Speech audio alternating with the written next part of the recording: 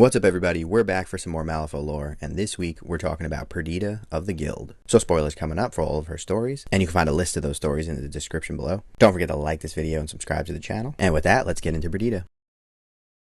Perdita and the Ortegas make their way to a small town on the hunt for a Neverborn called Killjoy. They make their way down the street of the abandoned town and suddenly hear a shot ring out as Papa Loco is hit and goes down. Santiago scrambles to help him as Perdita returns fire, recognizing that they're fighting Seamus and his bells. She advances down the street firing at him, easily able to dodge his return fire, but she's surprised when a bell reaches out of a window and pulls her through. She scrambles to her feet as the bell tries to attack her, and suddenly she hears Nino call out, "Down," and she ducks as he fires at the bell, killing it. She turns to see Nino standing there and asks him how Papa Loco is. He tells her that he's stable but injured, and she asks him if he has brought the dynamite. He confirms, and the two of them leave, and they soon realize that the rest of the family is missing before they hear Seamus call out from inside a building that he has their family and that they can take them as he's only there for Killjoy. They reveal themselves to Seamus, and he tells them that they won't need their weapons, but Nino threatens him, and Seamus responds that they can go their separate ways as long as he can have Killjoy. Perdita asks what he wants with the Neverborn, and Seamus tells her it's a secret, as Nino asks where the rest of the bells have gone, and Seamus shoots back that they are dead and that he's testing his patience, and this is their last chance to take their family and go. They enter the building and see Francisco and Santiago unconscious and Papa Loco laying on the floor. Nino steps forward to help his family, but then stops and tells them that the creature is approaching. Suddenly, Killjoy Kool-Aid mans his way into the building, attacking Seamus's large undead as the other bell slashes at it with her umbrella. Killjoy grabs her by the head and squishes her as Perdita and Nino open fire on it. Seamus slips out the back as they try to check on their family, and Killjoy advances, but his foot goes through the floor and he gets stuck in the middle of the room. They scramble to get away as Killjoy hacks at them with his cleaver and his hook, and Perdita grabs a stick of dynamite from Nino, throws it between Killjoy's legs, and ducks for cover. In the early days of settling Malifaux City, the Guild put out a call for all able-bodied men and women to fight against the native inhabitants of this world. Perdita answered the call, and her skill with a revolver, as well as her good looks, soon turned her into a celebrity. As the bounties on the Neverborn creatures rose, more members of Perdita's family began joining her in Malifaux. They helped her hunt the Nephilim, and some of them began developing a reputation of their own. As her story becomes more famous, Perdita gets credited for having all sorts of powers, including the ability to bend bullets and see in the dark. But most people don't care if the stories are true, as they still serve to give the people hope.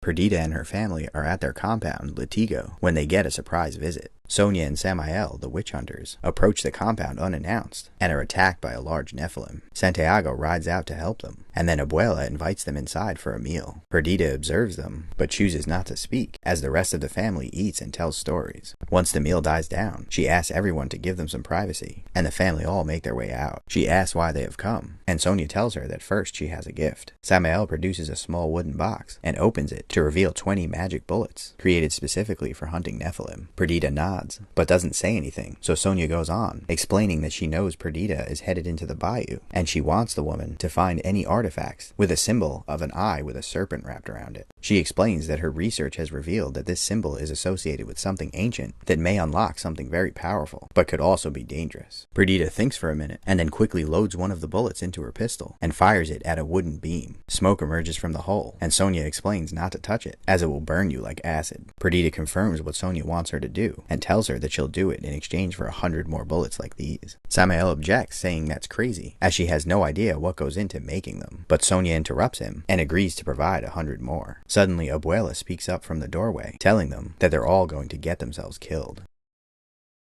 The Ortegas make camp around a gremlin shantytown as it burns. Santiago comments that he doesn't know how the gremlins have even survived, and Nino agrees, adding that this hunt will be easy if they continue to burn their own homes. Perdita looks at a map and tells them that these may have been the gremlins who have been raiding shipping caravans lately, and Santiago tells her that it must be Nephilim, not gremlins, as they are too stupid. Perdita responds that someone has been organizing the gremlins, and they have been hitting the caravans and taking their soul stones. They hear a snort as a small boar emerges from the swamp and nudges Nino's leg. Before they even notice, Perdita has drawn her pistol and shot the boar dead. She pauses and then tells everyone to get up, as suddenly shouts and gunshots can be heard from the trees. A gremlin emerges and knocks Papa Loco out, as another gremlin charges in riding a boar and gores one of the new recruits. The family all begin laying down fire as they retreat. Perdita asks where Papa Loco is, and Nino decides to go into the bushes to try to find him. He encounters a gremlin who tries to level his shotgun, but the two grapple with each other and fall into the water. When Nino gets the better of the gremlin, he draws a pistol and tries to fire, but the swamp water has gotten inside the gun, and it doesn't work. When the gremlin hears the click, it jumps on Nino again, and the two continue to struggle. Nino suddenly realizes what he's holding, and he uses the blade attached to the handle of the gun to slash at the gremlin's stomach. Once the creature is dead, he stands up and hears Papa Loco telling him that he was worried the gremlin might have had him. Nino is relieved to find him, and he quickly grabs the satchel that Papa Loco is carrying and runs back to the camp. He throws the bag up in the air and then yells out for Perdita, who sees it and levels her gun. She aims carefully and fires as an explosion racks the whole area. It knocks most of the family over, and all of the gremlins are either killed or flee. When Nino wakes the next morning, his ears are still ringing. Perdita tells him that he really saved the day, as the swamp rats might have had them in their trap. Nino beams at the compliment, and Perdita looks back at her map, pointing out that they're approaching the area that Sonia wanted them to search, and that they'll take care of any gremlin shanties on the way.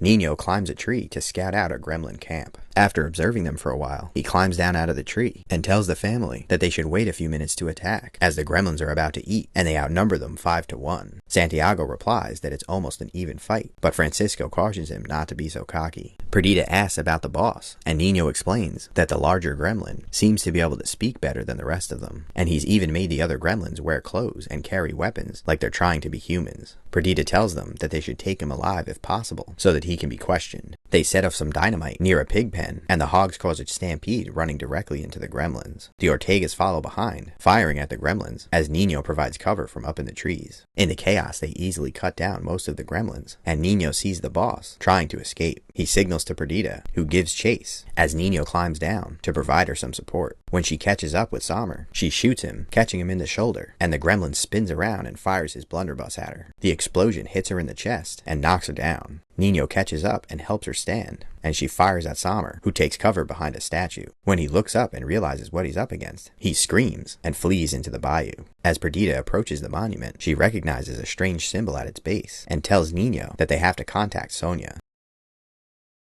The Ortegas stand around the monument, examining it. Francisco asks what the hell it is, and Santiago notices that it doesn't seem to be worn by aging. Perdita points out that Sonia told them it might be dangerous, and as they all look up at it, they simultaneously see what looks like a meteor falling from the sky, headed right for them. They all run away and dive for cover, as a massive red object comes directly down at the monument, but instead of impacting, it leaves no physical trace. They all cautiously return to the monument, and Perdita notices that part of it is glowing. Suddenly, a surge of purplish energy radiates out from the monument and spreads out across all of Malifaux. As it washes over them, they each feel a screaming pain in their head and fall down in agony. As the same thing is experienced by everyone on this side of the breach, to varying degrees of intensity, this will become known as the event. As Santiago starts to recover, he goes to Francisco, who seems to be having a harder time, but then Nino calls out, and they turn to see Perdita floating 3 feet in the air, her face frozen in a scream. She soon falls to the ground, and they all rush to her, Santiago pointing out that she's not breathing. Suddenly, the ground starts to shake, and Francisco picks up Perdita, and they all run. Behind them, the ground is falling away into a sinkhole as they try to rush to safety. Then Perdita coughs, and Francisco stops to put her down with a sense of relief. When he looks at her, he notices that her eyes are jet black, with strands of purple and silver dancing in them. She tells Francisco we're in trouble, as nearby, a giant hand reaches up out of the sinkhole. Santiago stands near the side of the chasm as they hear creatures scaling the side. They considered running, but know that they won't get very far while having to carry Perdita, who is once again unconscious. A creature climbs over the edge, clearly undead, but with mechanical parts grafted to it, and it looks extremely old. Santiago shoots it and it goes down, but quickly a wave of similar creatures emerges behind it. They all unload at the creatures, but they keep coming, and soon Santiago is overwhelmed. Francisco puts Perdita down and charges in with his sword. As he fights the creatures, he hears Nino's gun silence as he runs out of ammo, and soon the creatures take him down. As he keeps struggling, he suddenly hears a loud screech coming from the pit, and all of the creatures scatter. They see an undead skeleton holding a scythe and riding an undead horse emerge from the pit. It speaks to them in a language that none of them recognize, though they've all interrogated many Neverborn. When they don't respond, it raises the scythe and approaches Francisco. Suddenly, Nino emerges from the bayou and attacks it, but it's completely unfazed until Santiago does the same. He manages to knock it back, but the dead rider picks him up by the neck and speaks to him once again. Eventually, they recognize the words Kythera Dow, and then the rider throws Santiago at Francisco, and then motions at Perdita as he speaks his last few words, and then rides off into the bayou. Santiago tries to recover, and asks Francisco what the hell that thing was, and his older brother responds that he doesn't know, but it let them live, and has given them a chance to get away before the other creatures return. He tells Santiago to collect one of the creatures to bring back with them, and he picks up Perdita as they make their escape. Perdita spends weeks at the sanitarium in Malifaux City, still unconscious. The voices that were assaulting her mind after the event were suddenly quieted by the dead rider speaking, and she now finds herself floating in a void where she's barely aware of who she is. She hears a voice speaking to her, telling her about the grave spirit, and then fading away. Francisco and Santiago spend time in the morgue, where Dr. McMorning is examining the corpse of the creature. McMorning points out that the creatures appear to be controlled by mechanical parts, but several of the necessary parts are missing, so it's unclear what actually allowed them to move. Francisco speculates that it may be resurrectionists, and McMorning insists that it can't be, because the resurrectionists need fresh corpses for their zombies. This corpse is centuries old. Francisco then wonders if they might have learned how to resurrect ancient Neverborn, and McMorning replies that that's the curious thing. It's not the age of the corpse, it's the fact that it used to be a human. In the sanitarium, Perdita's doctor wonders what's going on in her head as he creepily touches her face. In her mind, she's still floating in a void, and she once again hears the voices, students from the first expedition to Kythera. They reveal some information that shocks her as she struggles to free herself. The doctor continues touching her face and speaking to her as Lucius Matheson steps out of the shadows and scares him. Lucius tells him to leave and he runs away, and he then stands over Perdita, telling her that they have need for her, as he crushes a soulstone in his hand while squeezing her face and commanding her to wake up. Far away in the pit in the bayou, a flying creature emerges and shrieks. Perdita, miles away, suddenly sits up as if hearing it, knowing that it's coming for her. Perdita rides alone on the back of the creature from the pit. She finds that she's often alone now, preferring to spend her time in the Badlands with the creature, as she no longer seems to connect with her family. Whenever they reach out to her, she turns her back on them, preferring to spend her time with the creature, with whom she shares an inexplicable bond. As they approach a caravan, Perdita wonders why any people would find themselves this far into the Badlands. Then she sees the Nephilim swoop down towards them. Perdita is not only known for her skill with a pistol, but also for her iron will that leaves no room for disrespect. While leadership of the family should have fallen to the eldest, Francisco, he recognized Perdita's skill in diplomacy and tactics, and chose to step aside for the good of the family. The Ortegas are famed Neverborn hunters, but Perdita shares a strange connection with the Nephilim, causing people to speculate about her parents. However, anyone brave enough to ask such questions directly to the family are not often able to ask questions again.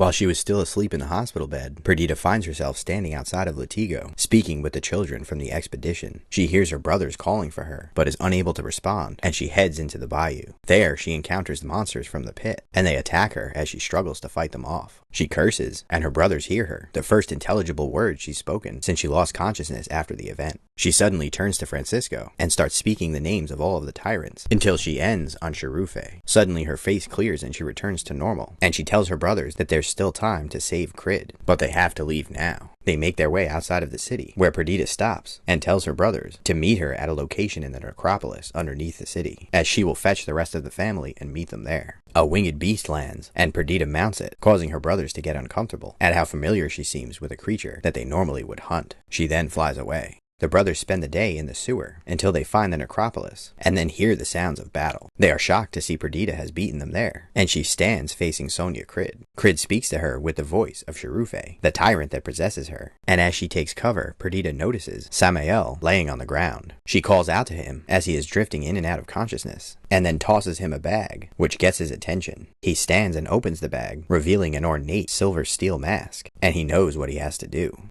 Later, Francisco, Santiago, and the rest of the Ortegas regroup outside, having been forced away by the battle. Santiago comments that Perdita should have been back by now, and Francisco is almost ready to give up before they hear her voice. She and Samael are carrying Sonia, who now has a metal mask over her face. They ask what happened, and Perdita tells them that they'll never speak of it, and suggests that they all head home.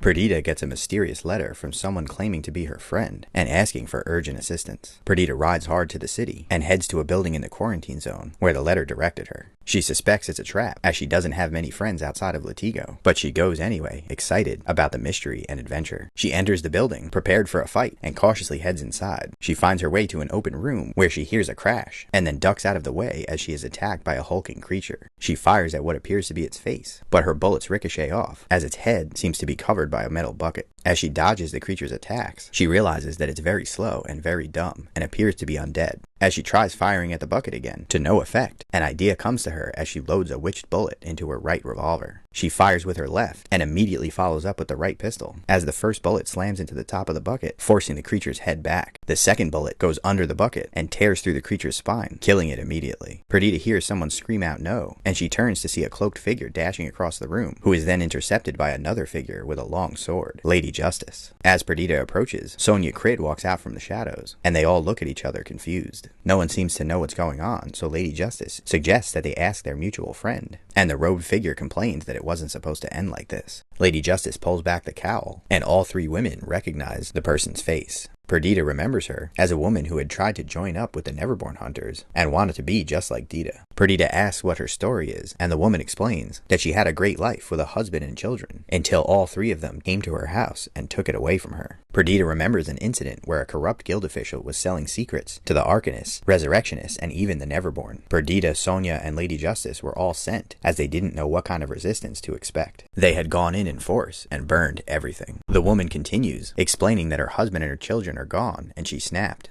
unable to understand how they had not only gotten away with it, but were worshipped as heroes. Now she tried to get her revenge, but her plan had failed, and she asked for them to kill her. Perdita tries to comfort the woman, telling her that it's a matter of family, something she can appreciate. She tells her that they're not going to kill her, and she turns to Sonia and Lady Justice, who look tense, and makes them promise to agree. Sonia says that they won't kill her, and Perdita takes her word, stating that she has a long ride home, and then leaves. The woman looks up at Sonia and Lady Justice and asks what she does now, and Sonia asks if she still wants to be a witch hunter, as she has the perfect spot within her organization. Lady Justice doesn't like what she's implying, but figures that it's probably better than having a resurrectionist sympathizer out on the streets.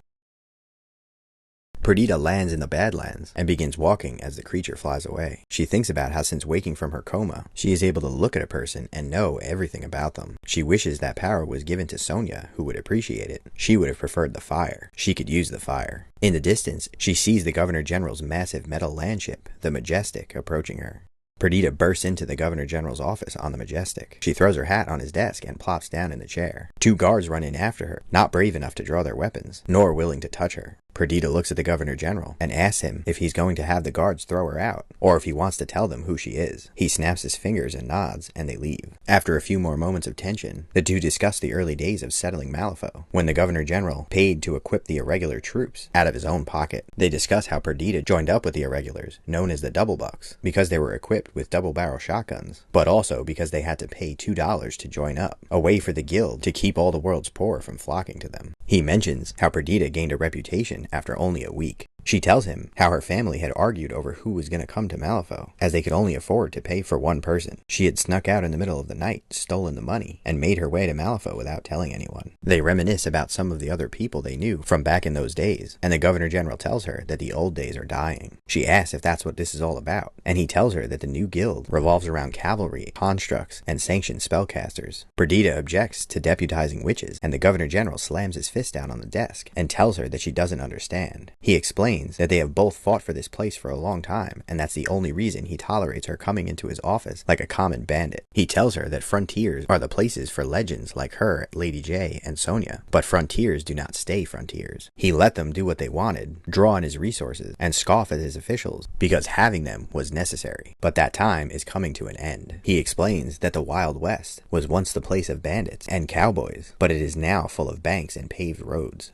As he raves, Perdita notices faint wisps of colored light emanating from his fingertips. She shoots back that he can't possibly think that Malifaux is now civilized. She goes through several examples of gruesome encounters she had with Nephilim, who had slaughtered settlers in the wilds. He tells her that she's not the only one who can stand against them, and she responds that he is underestimating the threat. The glow in his hands fades as he leans forwards and asks her why she and her family were off in the Bayou, searching for some ruins, instead of doing the job she was hired for. If she and the others want to treat their job like their own personal adventures, then they shouldn't be surprised when they're not treated like trusted insiders. He goes on, telling her that Malifaux needs rulership, not leadership, and that he is becoming what it needs, and that she should mind what she's becoming, something to think about as she flies home on her creature. Perdita simultaneously realizes that the Governor General knows about the Nephilim, but also that she is unable to read him like she can everyone else. When she looks surprised, the Governor General tells her that of course he knows about the creature, and he also knows about Sonia's obsession with magic, and Lady Justice's relationship with necromancy, as well as the way that Hoffman amalgamates himself. They are all becoming vessels for the very things he hired them to fight. Perdita tells him that her father is a good man, but that Malifaux made him crazy, but the Governor General is doing it to himself. There's a brief silence, and then the Governor General watches her walk away with glowing eyes. After her meeting with the Governor General, Perdita returns to Latigo and starts to prepare for how they will operate without guild support. Soon after, the Governor General dies in a sabotaged attempt to ascend to tyranthood, and the Ortegas' relationship with the guild remains the same. Not long after, a bunch of gremlins crowd around the compound, trying to attract their attention, and the Ortegas find that they're under attack by creatures from the pit. They attempt to fight off the monsters, but find that their numbers seem to be endless. Perdita leaves a small detachment to hold them off, as she goes to try to find the source to stop them once and for all. Perdita walks into the break room at the Guild Enclave and greets Sonia. She hesitates but tells her that she looks good, and Sonia replies that the scars on her face are still healing since the incident with Cherufe. Perdita tells her that she likes her hair, which is short after being completely burned off, but the compliment comes off as rude and awkward. She tells Sonia that it must feel good to have removed the mask, and asks if she kept it, and Sonia asks her if she thinks she needs the mask. Perdita gets defensive, explaining that that's not what she meant, but that the mask is part of her legend. Sonia shoots back that she probably needs it to not scare the children, and Perdita again tries to recover, adding that Sonia has been scaring children since long before her face was burned off. Sonia is shocked and offended, and as Perdita tries to explain, they are interrupted by Lady Justice. Her hair is also short, and Perdita compliments her, asking if she finally got sick of washing zombie guts out of it. Lady J explains that she cut it in solidarity with Sonia, and Sonia smiles and thanks her. Justice adds that everyone is happy to have her back, all except the judge, who had been cleaning up at their poker nights in Sonia's absence. Perdita is surprised and asks if they have a poker night, and Sonia says that it's not really a formal thing, just something they do once in a while. Lady J adds that it's every Thursday, and they've been doing it for several years now. Perdita's offended and asks why she wasn't invited, and Lady Justice tells her that she thought she knew, as Sonia told her she was invited the first night. Perdita turns to Sonia more offended, and tells her that she thought they were friends. Sonia replies that they're more like co-workers, and Perdita asks if her and Lady Justice are friends though. Sonia replies that Lady Justice doesn't think she looks horrible, and Perdita shoots back that that's because she's blind.